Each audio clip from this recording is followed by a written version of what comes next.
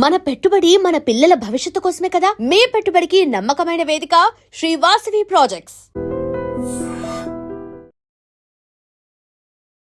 నమస్కారం, welcome to I dream. ధర్మ మార్గం విత్ విజిత కార్యక్రమానికి స్వాగతం.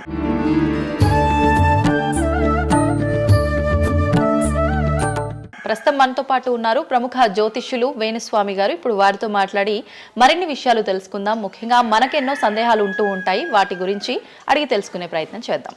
నమస్కారం అండి. నమస్తే తల్లి. ఓం నమో వెంకటేశాయ. వెంకటాద్రి సంస్థానం బ్రహ్మాండే నాశకించిన వెంకటేశ సమోదేవో నా భూతో నా భవిష్యతి. గురుగారు, చాలా వరకు ప్రస్తుత రోజుల్లో జ్యోతిష్యాన్ని ఎక్కువగా నమ్ముతున్నారేమో అనిపిస్తూ ఉంటుంది. సేమ్ టైం మళ్ళీ జ్యోతిష్యం మూఢనమ్మకము అని చెప్పి కొట్టిపారేసే వాళ్ళు కూడా ఎక్కువైపోయారేమో అనిపిస్తుంది. అసలు ఈ జ్యోతిష్యం అనేది ఎంతవరకు ఒక కీలక పాత్ర పోషిస్తుంది ప్రతి మనిషికి కూడా? సో జ్యోతిషం అనేది నువ్వు చెప్పినట్టుగా ప్రతి మనిషికి ఒక ఫేసు, రెండు ఫేసులు ఉంటాయి. కానీ కొంతమందికి చాలా ఫేసెస్ ఉంటాయి. ఉదాహరణ, వేణుస్వామికి రెండే ఫేసులు ఉండొచ్చు. అంటే సామాజికంగా ఒకటి, ప్రైవేట్గా ఒకటి.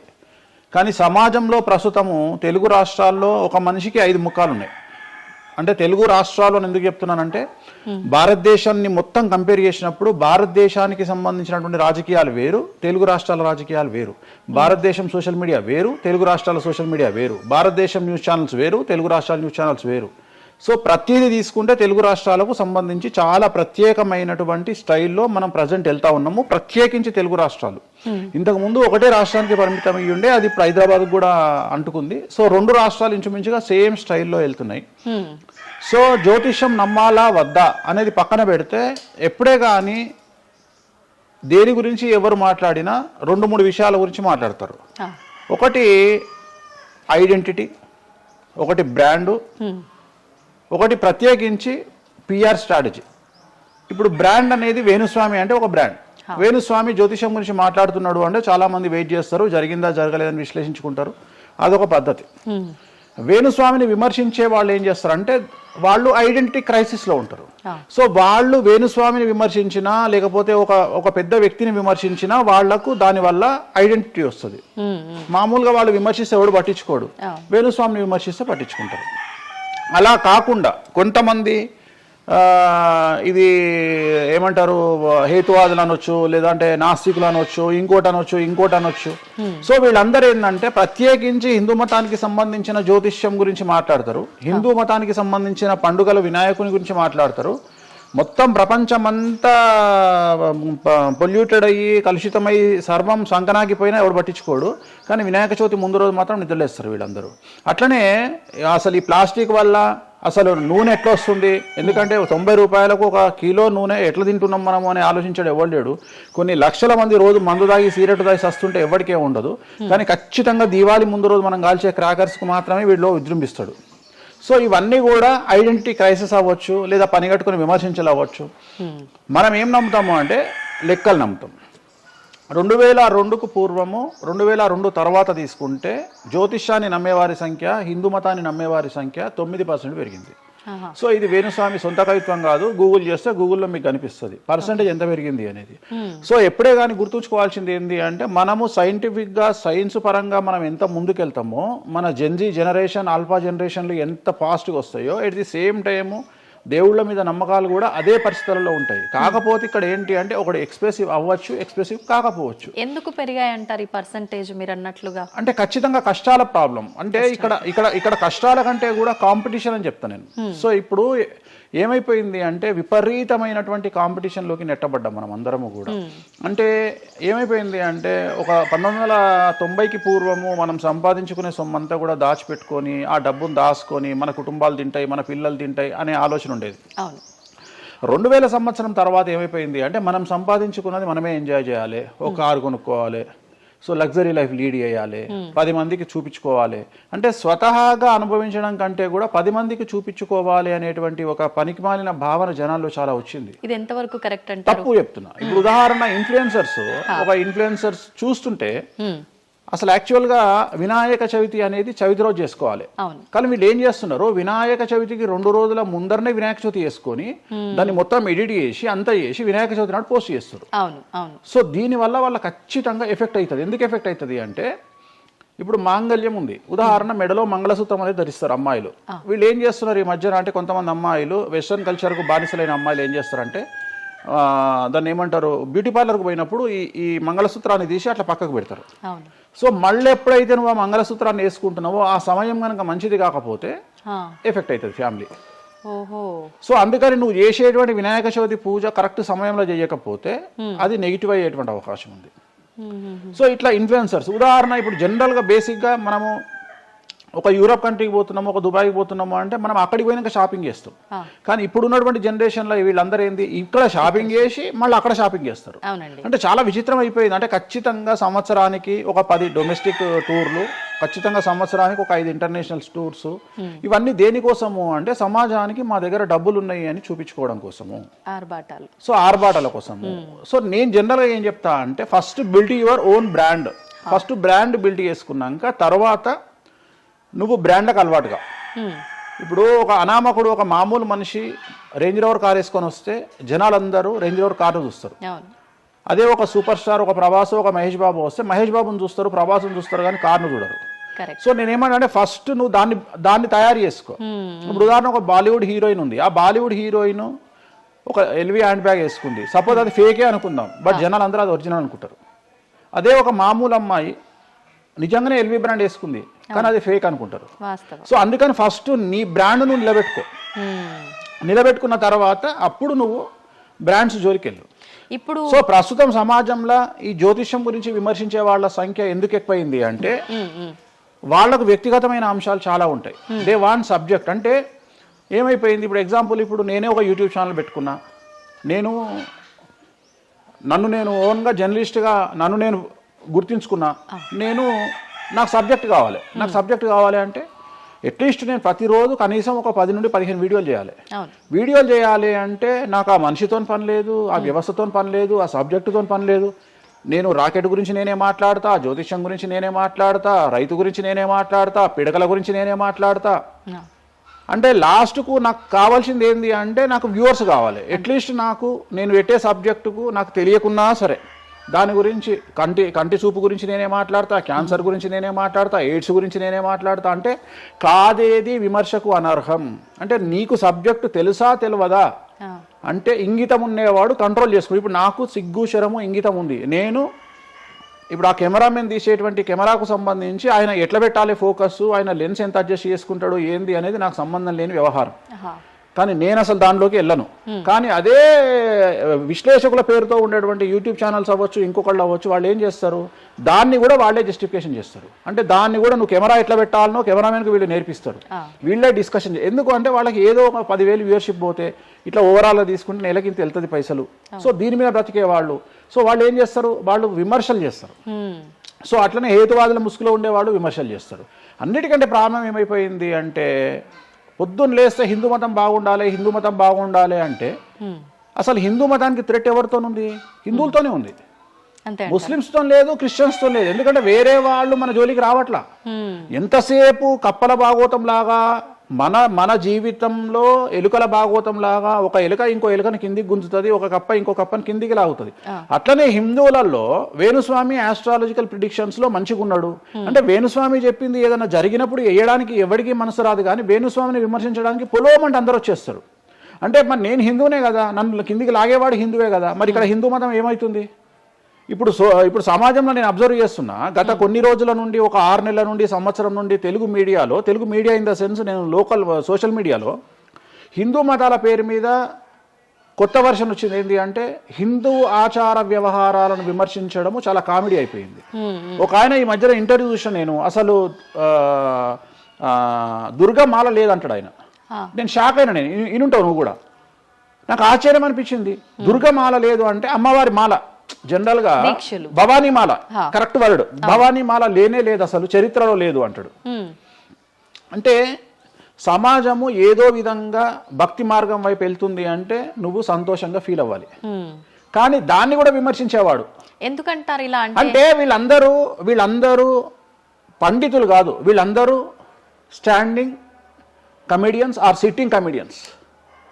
ఒక ఆయన కూర్చొని మాటలు చెప్తాడు, వాళ్ళు నవ్వడం స్టార్ట్ కాగానే ఈయన మర్చిపోతాడు. ఇక ఈయనను మర్చిపోయి, అంటే ఆడవాళ్ళు నవ్వుతుంటారు, మగవాళ్ళు నవ్వుతుంటే ఈయన ఆనందానికి పరవశుడు అయ్యి ఇంకా వాళ్ళు నవ్వుతున్నారు కదా అని రెచ్చిపోయి ఇంకా గ్రహాలు లేవు, దేవుడు లేడు, ఏది ఒక బ్రాహ్మణుడు ఉండి ఒక పండితుడు ఉండి టోటల్ మన సబ్జెక్ట్కి వ్యతిరేకంగా మాట్లాడుతూ ఉంటాడు. అట్లనే ఆయన ఎవరో భవానీమాల లేదు అంటాడు. నేను నీకు వచ్చిన నష్టమేముంది, నువ్వు మొగోడివి అయితే భవానీమాల కాదు, ఎవరైతే కోయంబత్తూరులో ఈషా ఫౌండేషన్లో లింగభైరవ అమ్మవారు లేదని చెప్పు, అది నీ గొప్పతనం. నిజంగా లింగభైరవ అమ్మవారు లేనప్పుడు లేదని చెప్పు, ఆమె క్రియేటెడ్ కాడు, చెప్పొచ్చు కదా లేదు అని. ఎందుకంటే అక్కడ భయం ఏంటంటే ఎవరు తంతడు అని. వీళ్ళ భయం అంటే ఏంటంటే ఎక్కడైతే ఎవడు వీళ్ళకి అడ్డు రాడో అక్కడికి వస్తారు. వీళ్ళకి ఒరిజినల్ సబ్జెక్ట్ మాట్లాడే దమ్ము లేదు.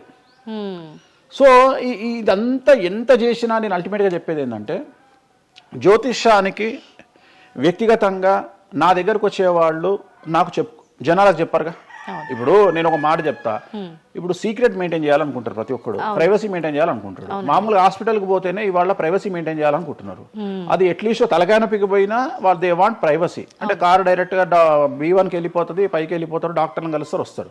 అట్లాంటిది వేణుస్వామి దగ్గరకు వచ్చి నేను ఎందుకు చెప్పాలనుకుంటున్నా, లేదంటే నేను ప్రజలకి చెప్పాలనుకుంటున్నా అనుకోరు కదా. ఎవరో ఒకళ్ళు వేణుస్వామి దగ్గరికి వెళ్ళినప్పుడు కొన్నిసార్లు కొన్ని వీడియోలు తీసినప్పుడు 100 మందిలో ఒక వీడియో తీసినప్పుడు ఆ వీడియో పోస్ట్ చేస్తాము, దానివల్ల నా దగ్గరకు వచ్చినట్టు తెలుస్తుంది. కానీ 99% నా దగ్గరకు వచ్చినట్టు తెలియదు. నా దగ్గరికే కాదు, జ్యోతిషం అనేది ఎక్స్ట్రీమ్గా జనాల్లోకి వెళ్తున్నది. ఎట్ ది సేమ్ టైం భక్తి అనేది జనాల్లోకి వెళ్తున్నది.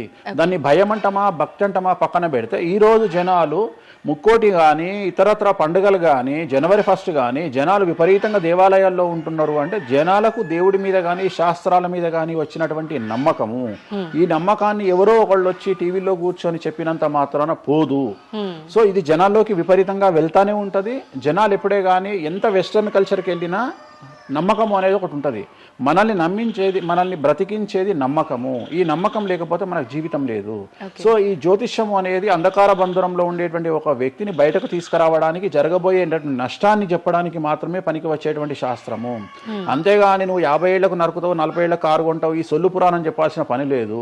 జరగబోయేటువంటి నష్టాన్ని గనక చెప్పగలిగితే జ్యోతిష్యము దాన్ని సరి చేసుకోవడంతో పాటు మానసికంగా స్ట్రాంగ్ అవ్వడానికి ఆ వ్యక్తికి చాలా చాలా చాలా ఉపయోగపడుతుంది. భార్యాభర్తలు తన్నుకొని చస్తారు, విడిపోతారు అని చెప్పడంలో ఉద్దేశము మీరు విడిపోండి అని కాదు. భార్యాభర్తల్లో అట్లీస్ట్ జనరేషన్ బట్టి ఈ రోజు భర్త అనేవాడు కాంప్రమైజ్ అయ్యి భార్య తిట్టినా పడి ఉంటాడు అని ఇక్కడ ఉద్దేశము. అంటే ఒకప్పుడు భార్యకు భర్తకు పెళ్లికి కనీసం 10 సంవత్సరాల గ్యాప్ ఉండేది. ఎందుకు అంటే భార్య అనే అమ్మాయి చిన్నపిల్లగా ఉంటే భర్త అనేవాడు ఒక కూతుర్ని చూసుకుంటాడు అనే ఉద్దేశంతో ఆ పెళ్లిళ్ళు చేసేవాళ్ళు. ఇవాళ ఏం చేస్తున్నారు, ఇద్దరికి 6 నెలలు తేడా ఉండదు. సో ఇద్దరు టెంపర్మెంట్ లో వెళ్తారు, ఇద్దరు గొడవలు పడతారు. సో ఈ కండిషన్లో వాళ్ళిద్దరు విడిపోయేటువంటి తత్వం వైపు వెళ్తారు. కాబట్టి మొదలే మీ జాతకాలు బాగాలేవు, మీకు విడిపోయే అవకాశం ఉంది అంటే మిమ్మల్ని విడిపోమని చెప్పడం కాదు. ఇక్కడ మీరు జాగ్రత్తగా ఉండండి, కాంప్రమైజ్ కండి, ఈగోస్ పక్కన పెట్టండి, మీ పొసెసివ్నెస్ను పక్కన పెట్టండి. సో ఆర్థికపరమైనటువంటి అంశాల్లో క్యాలిక్యులేటెడ్గా ఉండండి, తన్నుకొని చావకండి, విడిపోకండి అని మొదలే వాళ్ళని హెచ్చరించడం అనేటువంటిది దీంట్లో భాగము. కానీ ఇవాళ ఏమంటున్నారు, శుభమా అంటూ పెళ్లి చేసుకుంటే విడిపోమని చెప్తున్నాడు వేణుస్వామి అంటే దాన్ని శుభమా అని చెప్పరు నాయన. ప్రతి ఒక్కళ్ళకి అదే చెప్తున్నారు. ఆ మాతకు వస్తే మీరు పొద్దున్న లేస్తే 100 పెళ్లిలలో 80 పెళ్లిళ్ళు డివోర్స్ అవుతున్నాయి. మరి దీని మీద మీరే కదా డిబేట్ పెడతారు. సో ఇదంతా ఏంటంటే ఒక వ్యక్తిని విమర్శించాలనుకున్నప్పుడు వాళ్ళు ఏదైనా తీసుకురావచ్చు. దాన్ని రామ అంటే దాన్ని చిన్న పదాలు మారిస్తే ఆ రామ అనేది ఒక బ్యాడ్ వర్డ్ అవుతుంది. సో దాన్ని ఎట్లంటే చేసుకొని పోవచ్చు. కానీ ప్రస్తుతం దేశ కాలమాన పరిస్థితులలో జ్యోతిష్యం కానీ శాస్త్రాలు కానీ దైవత్వం కానీ తగ్గేదే లేదు, ముందుకెళ్తానే ఉంది. ఇప్పుడు ఒక మనిషి జననం దగ్గర నుంచి చనిపోయే వరకు జాతకం అనేది కొన్ని సందర్భాల్లో మాత్రమే చూడాలి అని చెప్పి ఒకప్పటి కాలంలో చెప్పేవారట. కానీ ఇప్పుడు మాత్రం పుట్టిన దగ్గర నుంచి ఎప్పుడు ఏ చిన్న సమస్య వచ్చినా జాతకం చూపించుకోవడము, అసలు ఇది మన సాంప్రదాయంలో లేనే లేదు అంటున్నారు. ఇది ఎంతవరకు వాస్తవం? నేను లాస్ట్ ఇయర్ ఒక హీరోకు ఒక బిడ్డ పుడితే నేను చెప్పినప్పుడు చాలా మంది మేధావులు వచ్చి నన్ను విమర్శించారు. చిన్న పాపకు జాతకం చెప్తారా ఎవడన్నా అని. నీకు తెలిసే ఉంటే కృష్ణదేవరాయల ఆస్థానం కానీ ఇతర రాజులు పెద్ద రాజుల ఆస్థానంలో కానీ ఆస్థాన సిద్ధాంతి అని ఉండేవాడు. వాళ్ళు ఏం చేసేవాళ్ళు అంటే రాణికి కూతురు పుట్టిన కొడుకు పుట్టిన వాళ్ళు వచ్చి మొత్తం లైఫ్కు సంబంధించిన జాతకాన్ని రాసేవాళ్ళు. పుట్టడంతోనే అసలు ఈ పుట్టిన రోజే రాసేవాళ్ళు. ఓకే. వీళ్ళు ఏమవుతారు, ఈయన జీవితంలో ఏమవుతాడు, దొంగ అవుతాడా, మంచోడు అవుతాడా, రాజు అవుతాడా, లంగ అవుతాడా, క్రికెటర్ అవుతాడా, అంటే ఆ దేశకాలం మన ప్రశ్న బట్టి అప్పుడు. సో దాన్ని ఇప్పుడు కన్వర్షన్ చేసుకుంటే ఇప్పుడు మేము రాసే జాతకంలో ఇప్పుడు వీడు ఇంజనీర్ అవుతాడా, డాక్టర్ అవుతాడా, ఎంటర్ప్రెన్యూర్ అవుతాడా, ఉద్యోగస్తుడు అవుతాడా. సో ఇవన్నీ అంచనా వేగ ఒక మనిషి పుట్టినప్పటి నుండి లగ్నాన్ని బేస్ చేసుకొని 1వ నెంబరు అంటే లగ్నము నుండి 12వ నెంబరు అంటే వ్యయము 1 నుండి 12 గడులను కనుక తీసుకొని రాస్తే ఆ మనిషి ఎప్పుడు పుట్టి ఏమేం చేస్తాడు, ఎప్పుడు చనిపోతాడు అనేది వెరీ క్లియర్గా మెన్షన్ చేయవచ్చు. సో ప్రతి రోజు జాతకాన్ని వేసుకోవచ్చు, ప్రతి నెల జాతకాన్ని వేసుకోవచ్చు. గోచారము గ్రహచారము అని 2 ఉంటాయి. గోచారము అంటే ప్రస్తుతం జరిగేటువంటి గ్రహాల యొక్క గమనం ఏ విధంగా ఉంది అని తెలియజేసేది గోచారము. గ్రహచారము అంటే పుట్టినప్పుడు దాన్ని బేస్ చేసుకొని రాసేది గ్రహచారము. జనరల్ గా తెలుగు రాష్ట్రాల్లో చాంద్రమానాన్ని మాత్రమే బేస్ చేసుకొని జాతకాలు రాస్తారు. కానీ వేణుస్వామి ఒక్కడే చాంద్రమానము, సౌరమానము, బార్హస్పత్యమానము అనే 3 విభాగాలను బేస్ చేసుకొని జాతకాలు రాస్తాడు. చాంద్రమానము అంటే చంద్రుడిని బేస్ చేసుకొని రోజున్నర పాటు చంద్రుడు ఒక రాశిలో ఉండేదాన్ని చాంద్రమానము అంటారు. ఇది మన దక్షిణ భారతదేశంలో వాడతాము. సౌరమానము అంటే సూర్యుడు, రవి ఒక నెలలో ఒక రాశిలో ఉంటాడు, దాన్నే మనం సౌరమానము అంటాము. అలాగే బార్హస్పత్యమానము అంటే బృహస్పతిమానము, సంవత్సరం పాటు గురువు ఒక రాశిలో ఉండేదాన్ని బార్హస్పత్యమానము అంటాము. మనము పుట్టినప్పటి నుండి కనీసము నాకు తెలిసి గత 1000 సంవత్సరాలు లేనటువంటి చరిత్ర ఈ సంవత్సరము 2026లో మనం చూడబోతా ఉన్నాము. గురువు ఒకే సమయములో 6 నెలల్లో 3 రాసుల్లోకి ప్రవేశిస్తా ఉన్నాడు. అంటే జనరల్ అర్థం కాదు, అసలు మనం ఎప్పుడు చూడలే. అందుకనే ఈ సంవత్సరం చాలా పెను సంచలనాలు ఉంటాయి. 2026లో గురువు మిథునం, కర్కాటకం, సింహం 3 రాశుల్లోకి వచ్చి మళ్ళీ రివర్స్ వస్తున్నాడు కర్కాటకానికి. సో చాలా విచిత్రమైనటువంటి ఒక గమనాన్నిగా మనం చూడాల్సి వస్తుంది. ఇది చాలా పెను సంచలనాలకు అంటే సృష్టిలోనే ఒక విచిత్రమైనటువంటి అనుభూతిని మనం పొందబోతా ఉన్నాము, మంచి చెడులు పక్కన పెడితే. సో ఇలాంటి పరిస్థితి నుండి జాతకాలను విశ్లేషించడము ఇవన్నీ కూడా నడుస్తాయి. ఇప్పుడు కొన్నిసార్లు మనిషి కొన్ని సందర్భాల్లో ఇబ్బంది వచ్చినప్పుడు నా తలరా తింటే భగవంతుడు ఇంకా రాసేశాడు, నేనేం మార్చలేను అంటుంటారు. కొన్నిసార్లు భగవంతుడిని పక్కన పెట్టి తలరాతను పక్కన పెట్టి మనం గట్టిగా ఒకటి అనుకుంటే అయిపోతుంది అని అంటూ ఉంటారు. మీరు ముందుగానే ఒక శిశువు జననం అయినప్పుడే వాళ్ళ మొత్తం లైఫ్కి సంబంధించిన జాతకం ఇవ్వగలుగుతాము అన్నారు. మరి మధ్యలో ఇప్పుడు చెప్తున్న వాళ్ళ విధానాలను బట్టి మనం అనుకుంటే అయిపోతుంది, ఏదైనా మనం ప్రయత్నం చేస్తే మారుతుంది, భగవంతుడు దాన్ని మార్చేస్తాడు కొన్ని ప్రయత్నాల వల్ల అంటారు. ఈ రెండిట్లో అసలు దేన్ని నమ్మాలంటారు? ఇప్పుడు భగవంతుడు రాసినాడు, మన జాతకము మారదు, మన తలరాత మారదు అని అనుకుంటే అలాంటి వాళ్ళందరినీ మనం చేయాల్సింది ఏంటంటే వాళ్ళకి ఎవరికైనా హార్ట్ అటాక్ రాగానే వాళ్ళని అట్లనే బెడ్ మీద కూర్చోబెట్టి ఎదురుగా ఫోటో పెట్టి దేవుని మొక్కుమని చెప్పాలి. హాస్పిటల్కి ఎవరిని పంపించొద్దు. ఎందుకంటే తలరాత కదా, భగవంతుడు రాసేసిండు కదా. మరి ఎందుకు అనవసరంగా అంబులెన్స్కి ఫోన్ చేయడము, హాస్పిటల్కి వెళ్ళడం ఎందుకు, పనిలేని పని కదా. అంటే నీ ప్రయత్నము హార్ట్ అటాక్ వచ్చినా కానీ నిన్ను తీసుకుపోయి హాస్పిటల్లో అడ్మిట్ చేస్తున్నారు. సో హాస్పిటల్లో నిన్ను టైంకు తీసుకుపోవాలా వద్దా అని డిసైడ్ చేసేది జాతకం. నువ్వు బతుకుతావా బ్రతకవా అని డిసైడ్ చేసేది జాతకం. ఇక్కడ నేను తోపు నేను తురుము అని అనుకుంటే నడవదు. నేను తోపు నేను తురుము అనుకోవద్దు. చాలా మంది చాలా రకాలుగా కష్టపడతారు. కష్టపడితేనే సుఖపడతాము, కష్టపడితేనే జీవితం అభివృద్ధిలోకి వస్తుంది అనుకుంటే అతి కష్టం పడేది గాడిద. సో అతి కష్టం పడేది డ్రైనేజీలో పనిచేసేటువంటి మున్సిపల్ వర్కర్స్. సో వాళ్లకు ₹1,00,000 రోజుకు జీతం ఇచ్చినా తక్కువ లేదు. అంటే వాళ్ళు ఊడ్చే చెత్త, వాళ్ళు తీసే చెత్త ఈ ప్రపంచంలో ఎవరూ భరించలేరు. అలాంటిది వాళ్ళు చేసే కష్టం మీద కంపేర్ చేస్తే ఈ ప్రపంచంలో ఇక కష్టం చేసే మనుషులే లేరుగా. మరి అలాంటి వారికి మనం ఇచ్చే జీతం ఎంత? 40,000, 50,000. కానీ వాళ్లకు కనీసం నెలకు 40 లక్షలని ఇవ్వాలి. అంటే నువ్వు చేసే కష్టానికి కాకుండా నువ్వు తెలివితో చేసే కష్టానికే విలువ ఎక్కువ.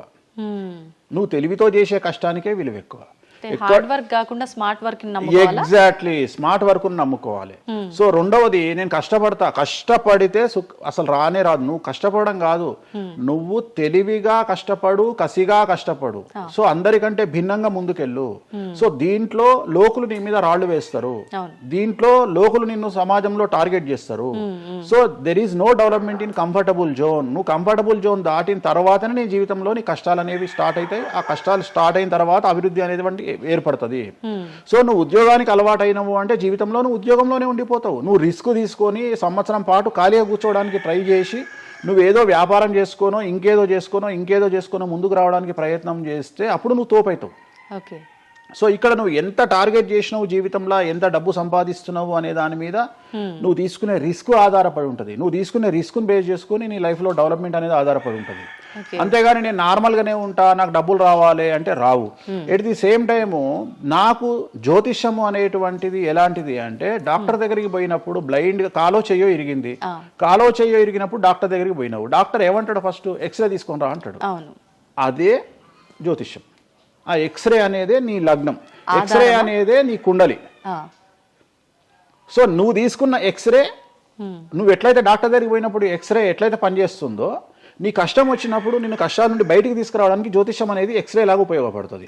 ఆ ఎక్స్రే అంటే నీ కుండలి చూసినప్పుడు నీకు ఈ సబ్జెక్ట్లో ఈ ప్రాబ్లం ఎందుకు వచ్చింది, ఒక వ్యక్తికి హార్ట్ అటాక్ ఎందుకు వచ్చింది అంటే ఆయన జాతకంలో రవి కేతువు లేదా శని దృష్టి రవి మీద, లేదా కుజ రవులు 8వ ఇంట్లోనో లేకుంటే 6వ ఇంట్లోనో వ్యయంలో ఉన్నప్పుడు, అలాగే రవి కేతువులు 12వ ఇంట్లో కలిసినప్పుడు, అలాగే 6వ ఇంట్లో కలిసినప్పుడు, సో ఆ సందర్భంలో ఆ గ్రహ చిత్రంలో, ఆ దశా చిత్రంలో ఆ దశ వచ్చినప్పుడు, అంతర్దశ వచ్చినప్పుడు, ఏలినాటి శనిలోనో, ఆ షష్టమ శనిలోనో, అష్టమ శనిలోనో ఈ హార్ట్ అటాక్ అనేది వస్తుంది. అంటే జాతకంలో ఈ దశలను బట్టే కానీ మనం తీసుకుంటున్న ఆహార అలవాట్లను బట్టి కాదంటారా? ఏం తినని వాళ్లకు కూడా క్యాన్సర్స్ వస్తాయి, గుర్తుంచుకోవాలి. ఏం తినని వాళ్ళకు కూడా క్యాన్సర్లు వస్తాయి. చాలా మందికి ప్రస్తుతం సమాజంలో నాన్ వెజ్ తిననటువంటి వాళ్లకు కొలన్ క్యాన్సర్ వచ్చినటువంటి సంఘటనలు నాకు వేలల్లో తెలుసు. సో ఏం తప్పు చేస్తున్నారని అమ్మాయిలకు బ్రెస్ట్ క్యాన్సర్ వస్తుంది? ఆన్సర్ చెప్పు. Question mark. అవునా కాదా? థైరాయిడ్తో ఏం పని చేస్తున్నాం, థైరాయిడ్ ప్రాబ్లం వచ్చింది. సరే ఉదాహరణ లంగ్స్ క్యాన్సర్ అంటే నువ్వు సిగరెట్ తాగితే వచ్చింది. కానీ నువ్వు నమ్మవో 100 మందిలో 40 మందికి లంగ్స్ క్యాన్సర్ వచ్చిన వాళ్ళకు సిగరెట్ అలవాటు లేదు. ఎందుకు వచ్చింది? సో చాలా మంది అంతెందుకు, కరోనాలో మంచి వాళ్ళు చచ్చిపోయారు, తాగుబోతులు ఎవరు తావాలా? అవును అవును. అసలు దీని మీద కదా నువ్వు సైంటిస్ట్ రీసెర్చ్ చేయాల్సింది. ఇంతమందిని చూసినా మనం రోడ్డు మీద బిచ్చమెత్తుకునేవాడు ఎవరు చచ్చిపోలే. ఎందుకు అంటే వాడి డైజెషన్ సిస్టమ్ అంత స్ట్రాంగ్ ఉంది, వాడి ఇమ్యూనిటీ పవర్ అంత స్ట్రాంగ్ ఉంది. అట్లనే మందు తాగే వాడి ఇమ్యూనిటీ పవర్ అంత స్ట్రాంగ్ ఉంది. తాగుబోతులు ఎవరు చచ్చిపోలే కరోనాలో. సో ఇవన్నీ నువ్వు ఎలా చనిపోతావు, ఏ రోగం వస్తుంది, ఏంది అనేది జ్యోతిష్యం ప్రిడిక్ట్ చేయగలుగుతుంది. జ్యోతిష్యం అనేది నీ లైఫ్ను డిసైడ్ చేసింది కాదు, నీ లైఫ్ను ఎలా మార్చుకోవాలి అనేది జ్యోతిష్యం డిసైడ్ చేస్తుంది. దేవుడు అనేవాడు నీ జాతకాన్ని రాసిండు, నీ తలరాత రాయలే. ఇక్కడ గుర్తుంచుకోవాల్సింది ఏంటంటే, నువ్వు ఏ సమయంలో పుట్టాలి అనేది డిసైడ్ చేసింది ఎవరు? దేవుడు. సో నువ్వు పుట్టినప్పుడు 9 గ్రహాల కాంబినేషన్స్ ఎక్కడున్నాయి? లగ్నంలో ఎవరున్నారు, ద్వితీయంలో ఎవరున్నారు, తృతీయంలో ఎవరున్నారు, చతుర్థంలో ఎవరున్నారు, పంచమంలో ఎవరున్నారు, షష్టమంలో ఎవరున్నారు, వ్యయంలో ఎవరున్నారు. అంటే నీకు ఏ రోగాలు రావాలి, నీకు దోస్తులు ఎట్లాంటి వాళ్ళు ఉన్నారు, నీ కుటుంబంలో నీకు బంధువులతో గొడవలు అయితేయా కావా, నువ్వు డబ్బు ఎంత సంపాదిస్తావు, ఉద్యోగం వల్ల సంపాదిస్తావా, వ్యాపారం వల్ల సంపాదిస్తావా, లేకపోతే బెట్టింగ్లకు పోయి నాశనం చేసుకుంటావా, లేకపోతే వ్యసనపరుడు పోయి నాశనం చేసుకుంటావా, సో అమ్మాయిలకు బానిసైతావా, అంటే ఇట్లాంటివన్నింటిని అనలైజ్ చేయగలిగినటువంటి శక్తి జ్యోతిష్యానికి ఉంది. జ్యోతిష్యము అనేది వేరు కాదు. నువ్వు ఏదైతే దేవుడు జాతకం రాసిండు, ఏదైతే తలరాత రాసిండు అంటుండో గదే గిది. అంటే పుట్టిన టైముని, ప్లేస్ని అన్నిటిని బట్టే ఈ ప్రిడిక్షన్. ఒక మనిషి పుట్టిన సమయాన్ని బేస్ చేసుకొని ఇప్పుడు నువ్వు మాట్లాడుతున్న దేవుడు రాసిన తలరాతనే జాతకం. తలరాత వేరు, జాతకం వేరు కాదు. నీ తలరాత అనేది ఈ లగ్నంలో ఉంది, ఈ కుండలిలో ఉంది. దీన్ని బేస్ చేసుకొని, దీన్ని చేతిలో పట్టుకొని నువ్వు ముందుకెళ్తే నీకు ఏ ప్రాబ్లం ఉండదు. ఒక్కసారి జ్యోతిష్కుని సంప్రదిస్తే కాదు, నువ్వు ప్రతి సంవత్సరము లేదా 2.5 సంవత్సరాలకు ఒకసారి శని మారినప్పుడల్లా నీ జాతకం మారుతుంటది. గోచారంలో మారుతుంటది, గ్రహచారంలో మారుతుంటది. నువ్వు ఎలాంటి చర్యలు తీసుకోవాలి, ఎలాంటి జాగ్రత్తలు తీసుకోవాలి, నీకు వాహన ప్రమాదాలు ఎప్పుడు వస్తాయి, ఆరోగ్యపరమైన ఇబ్బందులు ఎప్పుడు వస్తాయి, న్యాయపరమైన ఇబ్బందులు ఎప్పుడు వస్తాయి, నువ్వు ఎదిగిన తర్వాత నీకు శత్రువులు పెరుగుతారు. నువ్వు ఎంత శుద్ధపూసైనా, ఎంత మంచివాడివైనా, నువ్వు సమాజంలో ఎదిగి ఒక కారు కొనుక్కొని, ఒక ఇల్లు కొనుక్కొని, నీ బతుకు నువ్వు బ్రతుకుతున్నా నీ మీద జనాలు ఏడ్చి చస్తారు. నీకు శత్రువులు అనేవాళ్ళు ఏర్పడతారు. నువ్వు మంచి చేసినా శత్రువులు వస్తారు, చెడు చేసినా శత్రువులు వస్తారు. సో ఇలాంటి వాళ్ళందరి నుండి నువ్వు ఎట్లా తప్పించుకోవడానికి ఏమేమి పూజలు చేసుకోవాలి, ఏమేమి న్యాయపరమైన జాగ్రత్తలు తీసుకోవాలి, వీటన్నిటినీ క్రోడీకరించి చెప్పగలిగిన వాడు జ్యోతిష్కుడు. కాకపోతే జ్యోతిష్కుడికి దేశ కాల మాన పరిస్థితులను బేస్ చేసుకొని జాతకం చెప్పగలగడం రావాలి. ఎందుకంటే జ్యోతిష్యంలో ఉదాహరణ రవి కుజ కేతువు కలిసి ఉన్నప్పుడు సుఖవ్యాధి వస్తుంది. సో సుఖవ్యాధి అని మాత్రమే జ్యోతిష్యం చెప్పింది మాకు, అంతేగాని నీకు సిఫిలిస్, గనేరియా, ఎయిడ్స్, HIV అని చెప్పి రాయలే మాకు అక్కడ రాసింది ఏం రాసిండు, నీకు సుఖవ్యాధి వస్తుంది. కాకపోతే దేశకాలమాన పరిస్థితులను బట్టి ఏ వ్యాధులు వస్తున్నాయో దాన్ని అంచనా వేయగలిగిన శక్తి జ్యోతిష్కుడికి ఉండాలి. ఇప్పుడు కూడా నువ్వు ఇంజనీరింగ్ చేస్తున్నావు అంటే ఇంజనీరింగ్ ఇంకో 2 ఏళ్ళు అయితే పోతుంది. సో కొత్త ఏదో వస్తుంది, స్టడీస్ వస్తాయి. సో మనం మారుతూ ఉండాలి, మనం అప్డేట్ అవుతా ఉండాలి. ఎట్లయితే టెక్నాలజీ కోసము, ఎట్లయితే కెమెరా విషయంలో, ఎట్లయితే మైక్ల విషయంలో అప్డేట్ అవుతున్నామో మేము కూడా జ్యోతిషం విషయంలో అప్డేట్ కావాలి. కానీ మమ్మల్ని అప్డేట్ అవ్వడానికి ఎవరు మాకు భుజం తట్టేవాళ్ళు కానీ, వెన్ను తట్టేవాళ్ళు కానీ, మమ్మల్ని ఎంకరేజ్ చేసేవాడు కానీ ఉండడు. ఎంతసేపు మా మీద దాడి చేద్దామని చూసేవాడే ఉంటాడు. మేము ఏదైనా విశ్లేషించి కొత్తది చెప్పుదాము అనేటువంటి ప్రయోగం చేయంగానే ఆటోమేటిక్గా రాకెట్ ఫెయిల్ అయితేనేమో సింపతి చూపిస్తారు, మేము చెప్పింది ఫెయిల్ కాగానే దాడి చేస్తారు. సెఫాలజిస్టుల పేరుతోని ప్రతి సంవత్సరము కనీసం ఒక 20-30 మంది ఫెయిల్ అయితేనే ఉంటారు ఎన్నికలలో. వాళ్ళ జోలికి ఎవడు పోడు. కానీ మేము ఎవడన్నా పుసుక్కున ఎక్కడన్నా ఎన్నికలు గెలువయ్యి అని చెప్పగానే మా మీద దాడి చేసే వాళ్ళు ఎక్కువ ఉంటారు. సో మాకు కూడా ఎంకరేజ్మెంట్ చేస్తే మేము సైన్స్ను ఎప్పుడో పండబెట్టగలిగిన శక్తి మాకు ఉన్నది, జ్యోతిష్కులకు లేక కాదు. కాకపోతే మమ్మల్ని ఎవడు వెన్నుదడతాడు, మా గురించి ఎవడు మాట్లాడతాడు, మా గురించి మెచ్చుకునేది పర్సనల్గా వ్యక్తిగతమైనటువంటి టర్మినాలజీలో మాతో మాట్లాడే వాళ్ళు మెచ్చుకుంటారు తప్ప సమాజం మమ్మల్ని చూసే దృష్టి వేరు. ఎంతసేపు మా దాంట్లోనే మాకు ఉండదు. మా దాంట్లో యాచకా శత్రువు అంటే బిచ్చపోనికి బిచ్చపోరు శత్రువు అని మా దాంట్లో మాకే తన్నులాట. కామాఖ్యకు పోయి బలులిచ్చి పూజలు చేసుకునేటువంటి జ్యోతిష్కుడు హైదరాబాద్కు వచ్చి అక్కడ బలులే లేవని చెప్తాడు ఒక జ్యోతిష్కుడు. సో ఇట్లా ఎందుకు చెప్తున్నారు అంటే వాళ్ళ కర్మ, మనం ఏం చేయలేము. సో ఓవరాల్గా జ్యోతిష్యం అనేది ఏదైనా చరిత్ర సృష్టించగలుగుతుంది. జ్యోతిష్యము అంటే మనిషి యొక్క తలరాతనే జ్యోతిష్యం. ఇప్పుడు మీరు చెప్పిన దాన్ని బట్టి అంతా మనం పుట్టిన టైము ప్లేస్ని బట్టే డిసైడ్ అవుతుంది ఈ ప్రెడిక్షన్ అంతా. అంటే న్యాచురల్గా బర్త్ జరిగితే ఓకే, కానీ ఇప్పుడు అన్ని ముహూర్తాలు పెట్టుకొని టైము అన్ని చూసి చేస్తున్నారు కదా, మరి ఇటువంటి వారికి జాతకం ప్రెడిక్షన్ కరెక్ట్ ఉంటుందా? ఆ ముహూర్తం పెట్టాలి అనేటువంటి టైమింగ్ కూడా ఆయన డిసైడ్ చేస్తాడు, దేవుడే. ప్రతిదీ మనం తోపులం అనుకుంటాం, నేను ఓన్గా ఆలోచిస్తున్నా అనుకుంటాడు. ఓకే, అది ఆల్రెడీ డిసైడెడే.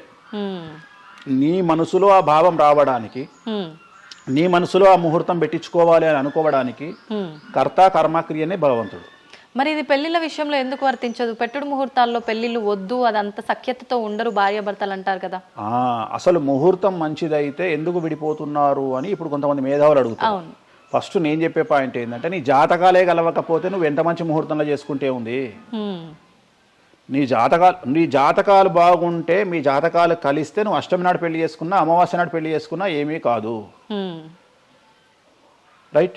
సో నేను మాట్లాడే విషయం ఏంటంటే, నీ అబ్బాయి అమ్మాయి జాతకాలు బాగా కుదిరినప్పుడు వాళ్ళ లైఫ్ ఎక్కడో ఉంటుంది. చాలామంది there is calculated love, calculated relation.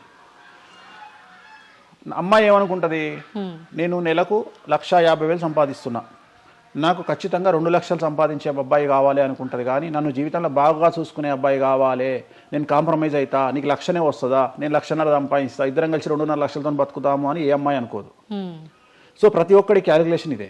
అలాగే అబ్బాయి ఏమనుకుంటాడు, నాకు 2 లక్షలు వస్తుంది కానీ నాకు చాలా అందమైన అమ్మాయి కావాలి అనుకుంటాడు. సో ఇక్కడ ఉన్న డిమాండ్కు తగ్గట్టు సప్లై లేదాడు. సో అప్పుడు ప్రాబ్లం ఏమవుతుంది, ఫైటింగ్. అప్పుడు ఏమవుతుంది అంటే కాంప్రమైజ్ అనేది స్టార్ట్ అవుతుంది. అంటే జ్యోతిష్యుడు జాతకాలు బాగాలేవు అని చెప్పినా ఇనే పరిస్థితులలో వీళ్ళు ఉండరు. రెండవది, జ్యోతిష్కులు కూడా ఏం చేస్తారంటే సాధ్యమైనంత వరకు ముక్కుసూటిగా ఆన్సర్ చెప్పకుండా, కుజదోషం ఉంది, 7వ ఇంట్లో కుజుడున్నాడు, 7వ ఇంట్లో శని కుజులు కలిసి ఉన్నారు, సో చాలా ప్రాబ్లం అవుతుంది. లేదా 7వ ఇంట్లో చంద్రుడు కుజుడు కలిసి ఉన్నారు, సో పిల్లవాడి తల్లి వల్ల సమస్యలు వస్తాయి, లేదా పిల్ల తల్లి వల్ల సమస్యలు వస్తాయి అని వీడు డైరెక్ట్గా అమ్మాయికో అబ్బాయికో చెప్పడు. లేదు మీ ఇద్దరికి సంతాన యోగం లేదు అని చెప్పడు. ఉదాహరణ 9:5 అయింది, ఇద్దరిది అమ్మాయిది అబ్బాయిది, సంతాన యోగం ఉండదు, షష్టాష్టకాలు అయినాయి. వీడేమంటాడు, షష్టాష్టకాలలో శుభ షష్టాష్టకాలు అంటాడు. అంటే విషయంలో మంచి విషయం ఉంటుందా? ఉండదు కదా. శుభ షష్టాష్టకాలు ఎక్కడి నుండి వచ్చినాయి? నువ్వు చెప్పేదే విషం అంటున్నావు, విషం అనుకుంటూ మంచి విషయం అంటున్నావు మళ్ళా. సో మంచి విషయం ఎక్కడ నుండి ఉంటుంది? ఉండదు. విషం వేసుకుంటే చస్తాడు. అట్లనే షష్టాష్టకాలంటే ప్రాబ్లం స్టార్ట్ అవుతుంది. అట్లనే 9:5 ఏకనాడి, వర్ణదోషము, యోని దోషము, ఇట్లా చాలా రకాల దోషాలు ఉంటాయి. సో ఈ దోషాలను ఏం చేస్తారంటే, ఈ దోషాలను ఎదుటి వ్యక్తికి నిజాయితీగా చెప్పడం మానేసి సాధ్యమైనంత వరకు వీళ్ళు పెళ్లి చేసుకోవాలి అనే ఇంటెన్షనల్ గా పాజిటివ్ వేలో వెళ్తాడు. రెండవది ఏంటంటే, ఆల్రెడీ వీళ్ళు ఏం చేస్తారు, మేము ఫిక్స్ అయ్యి మేమిద్దరం ఫిక్స్ అయినాము, మేము పెళ్లి చేసుకుంటాము అని డిసైడ్ చేసుకొని వస్తారు అక్కడికి. అప్పుడు వాడు ఇవన్నీ చెప్పి వాళ్ళ మనసును విరగొడతాడా? విరగొట్టాడు. జనరల్గా ప్రపంచంలో ఏ అమ్మాయి తండ్రి కానీ ఏ అబ్బాయి తండ్రి కానీ తన బిడ్డనో తన కూతురో తన అల్లుడో నాశనం కావాలి అని కోరుకోరు. కానీ చెప్పగలిగినటువంటి పరిస్థితుల్లో ఎవరు ఉండాలి? జ్యోతిష్కుడు ఉండాలి. సో అది నేను చేస్తున్న ప్రస్తుతం కలియుగంలో. వేరే వాళ్ళు ఎవరు చేయట్లేదు ఆ విధంగా. ఎందుకంటే రేపొద్దున కలిసి ఉండకపోతే 2 కుటుంబాలు బాధపడతాయి, సమాజంలో చెడ్డ పేరు వస్తుంది, వీళ్ళ లైఫ్ స్పాయిల్ అయిపోతుంది. సో అందుకని నేను చాలా జాగ్రత్తగా మొదలే డిసైడ్ చేసి నీకు ఈ ప్రాబ్లం ఉందిరా బాబు, నువ్వు జాతకాలు నీకు కలవలేదు, వివాహం చేసుకోకు అని చెప్తా. వీళ్ళ జాతకాలు బాగా లేకున్నా తీసుకుపోయి మంచి ముహూర్తం చూసుకొని పెళ్లి చేసుకుంటే ఆ ముహూర్తం వీళ్లను సఫలీకృతులను చెయ్యదు. నీ జాతకం బాగుండాలి. అట్లనే నువ్వు ఏ టైంలో పుట్టాలనో డిసైడ్ చేసుకున్నా అని నువ్వు అనుకొని సిజేరియన్ పెట్టుకుంటావు, కానీ ఆ టైంలో నువ్వు నక్షత్రమే చూస్తావేమో కానీ 6వ ఇంట్లో ఉండే గ్రహాలు 12వ ఇంట్లో గ్రహాలు డిసైడ్ చేయగలిగింది భగవంతుడు. ఆ టైంలో ఒకవేళ వ్యయస్థానంలో గ్రహాలున్నా 6వ స్థానంలో గ్రహాలున్నా జాతకం అంతా కింద మీద అవుతుంది. ఒకవేళ కుజుడు ఉండే స్థానాన్ని బట్టి చంద్రుడు బుధుడు ఉండే స్థానాన్ని బట్టి జాతకాలు కరెక్ట్గా డిసైడ్ చేయకపోతే ఆటిజంతో మగపిల్లలు పుడతారు. సో ఇన్ని సమస్యలు ఉంటాయి. సో చాలా ఈజీగా సిజేరియన్ ఆపరేషన్ చేసుకోగానే పిల్లలు మంచిగా పుడతారు అని కాదు అక్కడ. ఎందుకంటే నువ్వు పిల్లలు మంచిగా పుట్టాలి లేదు అనేది డిసైడ్ చేయడానికి it will take 3 to 4 hours. కానీ 3 to 4 minutes లో జ్యోతిష్కుడు డిసైడ్ చేస్తుంది. అది తప్పు. ఓకే ఓకే, ధన్యవాదాలండి, చాలా చక్కగా వివరించారు. ఓం నమో వెంకటేశాయ.